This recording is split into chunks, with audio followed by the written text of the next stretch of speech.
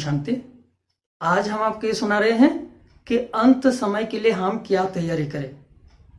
पिछले सेक्शन में यह बातें हमें जरूर समझ में आ गई होगी कि विश्व में महाविनाश का समय नजदीक है, क्योंकि विश्व भर का जो भी कारोबार है आज विज्ञान के साधनों के ऊपर डिपेंड कर रहा है। खास इंटरनेट के ऊपर ही सारे कारोबार हैं। अगर इंटरनेट फेल हो जाए, बंद हो जाए, तो सब कारोबार भी बंद हो जाएगा, अर्थात महाविनाश होगा, निश्चित है। दुनिया महाविनाश की बात माना, दुनिया रहेगी, अर्थात सृष्टि में एक महापरिवर्तन होगा। ये दुनिया परिवर्तन होकर एक सुख शांति की नई दुनिया होगी, जिसको लोग स्वर्ग, जन्नत, बहिश्त याद करते हैं। ऐसी एक दुनिया होगी, लेकिन हमें उसके लिए क्या तैयारी करना है। दुनिया विनाश होगी, लेकिन क्या हम उसमें रहने का प्रयास करें कि एक मजबूत बिल्डिंग बना लें, पैसा इकट्ठा करें, या अनाज वगैरह जो खाने की चीजें हैं वो हम सब इकट्ठा कर लें। ये सब इकट्ठा हम कर लेंगे, ये हमें साथ नहीं देंगे। अर्थात अगर दुनिया सभी खत्म हो जाए और हम रहकर भी क्या करेंगे। अगर हम रहेंगे भी तो फिर हमें वही गीत गाना पड़ेगा कि वो दूर के मुसाफिर हमें भी ले चल, कि हम रह गए अकेले। अर्थात हमें भी रहना नहीं है, हमें भी शरीर छोड़ना है, लेकिन हमें तैयारी क्या करनी है। क्या खाओ पियो मौज करो? नहीं।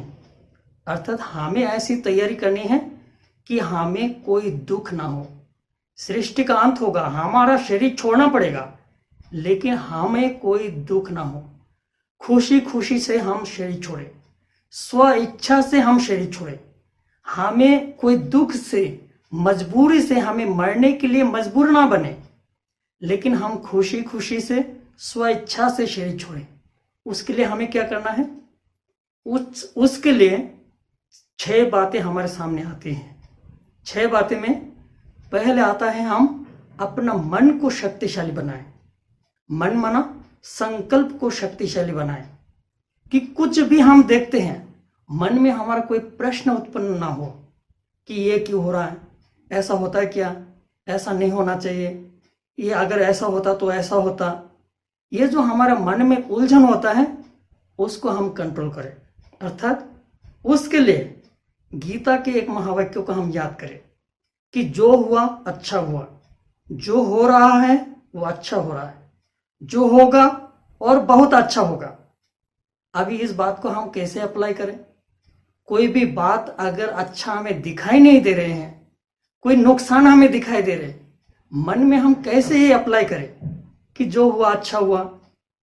उसके लिए हमें ज्ञान, संपूर्ण ज्ञान चाहिए, सृष्टि का ज्ञान चाहिए, कर्म फिलॉसफी का ज्ञान चाहिए।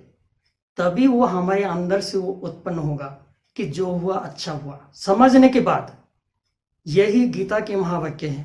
अर्जुन को समझाया, हे अर्जुन, ज्ञानी बनो। ज्ञानी पुरुष ना कभी धोखा खाते हैं, ना कभी दुखी होते हैं। अर्थात अगर हमारे पास ज्ञान संपूर्ण आ जाता है तो कोई भी बात में हमारे मन में उलझन नहीं होगा। और दूसरी बात है कि आत्मा को हम शक्तिशाली बनाएं, स्वयं को आत्मा समझे। वही बात गीता में भी याद दिलाया अर्जुन को, हे अर्जुन, तुम व्यर्थ क्यों दुखी होते हो। तुम्हें ना सृष्टि में कोई पैदा किया है, ना तुम्हें संसार में कोई मार सकते हैं। अर्थात अग्नि तुम्हें जला नहीं सकते, तलवार तुम्हें काट नहीं सकते। तुम अमर हो, अविनाशी, आत्मा समझो स्वयं को। इसी प्रकार यही बात हमारे लिए है। अर्थात ये मैं शरीर नहीं हूं, शरीर मेरा है। शरीर को चलाने वाली मैं आत्मा हूं। मैं आत्मा माना आत्मा को दुनिया में ना कोई बनाया है, ना कोई मार सकते। अमर है, अविनाशी है, मैं आत्मा हूं। आत्मा समझने से धीरे धीरे हमारे में एक निर्भयता शक्ति आती है। तो शरीर से मैं अलग अपने को आत्मा समझो। और तीसरी बात है कि अपने को अशरीर का अवस्था का अनुभव करो। जहां हमें जाना है वहां जाने और आने का हम ड्रिल करें, क्योंकि आत्मा जो है परमात्मा की संतान है, भगवान की संतान है। तो भगवान की संतान होने के नाते भगवान की सारी शक्तियां आत्मा में है। कहते भी हैं हम सभी किसकी संतान है? भगवान की संतान है। भगवान की संतान ये शरीर नहीं है, आत्मा भगवान की संतान है। मैं आत्मा भगवान की संतान हूं, तो भगवान का घर भी मेरा घर है। तो वहां आने और जाने की शक्ति भी आत्मा में है, क्योंकि आत्मा शरीर में कोई चिपकी हुई नहीं है, लेकिन आत्मा अपना संकल्प से ही यहां फंसे हुए हैं।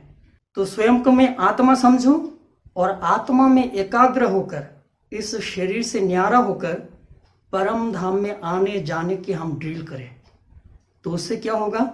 आने जाने का अगर जितने हमारे प्रैक्टिस होंगे ये शरीर से न्यारा होने का, अशरीर बनने का, तो हम निर्भय बनते जाएंगे। मरने का डर बिल्कुल समाप्त होते जाएगा। और चौथी बात है कि भगवान को हम अपना साथी बनाएं। निराकार परमात्मा जो सर्वशक्तिवान है उसको हम अपना साथी बनाएं, जो सब कुछ कर सकते हैं। विश्वास तो है, लेकिन हम उनको बुद्धि से, संकल्प से उनको विजन क्रिएट करके अपना साथ रखें। यही साथीपन ही हमें निर्भय बना देगा। दुनिया में भी देखेंगे किसी के साथ अगर कोई बहुत बड़े व्यक्ति हैं तो उनको हिम्मत आती है, शक्ति आती है। तो भगवान को हम साथी बनाएं, इसी का ही यादगार अब महाभारत में देखेंगे। एक तरफ 7 अक्षौहिणी सेनाएं और दूसरी तरफ 5 पांडव। 5 पांडव के साथ भगवान थे, दिखाते हैं। और जहां भगवान थे वहां विजय। 7 अक्षौहिणी सेनाएं 5 पांडव को कोई कुछ नहीं कर पाए। भले बहुत बड़े बड़े महारथी थे, किसी को अमर वरदान था, लेकिन फिर भी 5 पांडव को कुछ नहीं कर पाया। अर्थात कहते भी हैं जिसका साथी है भगवान क्या करेगा आंधी तूफान। तो कहने की बात है भगवान को हम अपना साथी बनाएं। और 5वीं बात है कि कर्म तो हमें करना है। गीता में भी कहते हैं, हे अर्जुन, कर्म संन्यास नहीं, कर्म संन्यास से भी ऊंचा है कर्म योगी बनना। लेकिन हम कर्म को समर्पण कर दे, भगवान का दिया हुआ कर्म है, श्रेष्ठ कर्म करना है। माना हमें सबको सहयोग देना है, सबको सुख देना है, कभी किसी को हमें दुख नहीं देना है। क्योंकि भगवान वाच अगर दुख देंगे तो दुखी होकर मरना पड़ेगा। ये भगवान का श्राप नहीं है, ये लॉ है। अगर दुख देंगे तो अंत समय हमें दुख भोगना पड़ेगा। इसलिए जितना हो सके हमें सबको सुख देना है। वैसे कि जो शरीर छोड़कर चले गए हैं उन्हों को भी हम मन से उनको वाइब्रेशन दे सकते हैं, शांति का दान दे सकते हैं। इसी से ही हमारी दुआएं जमा होगी, वही श्रेष्ठ कर्म का फल वही हमारे साथ में जाएगा। अर्थात वही पुण्य की पूंजी हमें खुशी देगी। अर्थात हमें श्रेष्ठ कर्म करना है।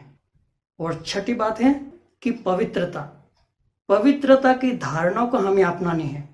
ये जो हमें 5 बातें जो पहले बताएं, ये 5 बातों को हमें धारण करने के लिए पवित्रता की धारणा हमें मददगार बनेगी। वैसे कहा जाता है पवित्रता सुख शांति की जननी है। पवित्रता के कारण प्रकृति भी उनको मददगार बनती है। वैसे द्वापर युग से जो बड़े बड़े संत महात्माएं थे वो गुफाओं में, पहाड़ों पर रहते थे। शेर चीता उनके सामने आगे पीछे घूमते थे, कोई भी उनको नुकसान नहीं करते थे। पवित्रता के धारणा के कारण, पवित्रता के धारणा के कारण भले वो जंगल में रहते थे, भोजन भले नहीं बनाते थे, लेकिन कहीं ना कहीं उनको भोजन पहुंचाने के लिए निमित्त बनते थे। अर्थात पवित्रता ही हमें सेफ्टी का साधन है। और भगवान वाच अगर इन सब बातों में अगर हम रहेंगे तो जिम्मेवार भगवान है, नहीं तो आप। कहने के बाद तात्पर्य यह है कि हम अंत समय के लिए हम ये तैयारी करें। ओम शांति।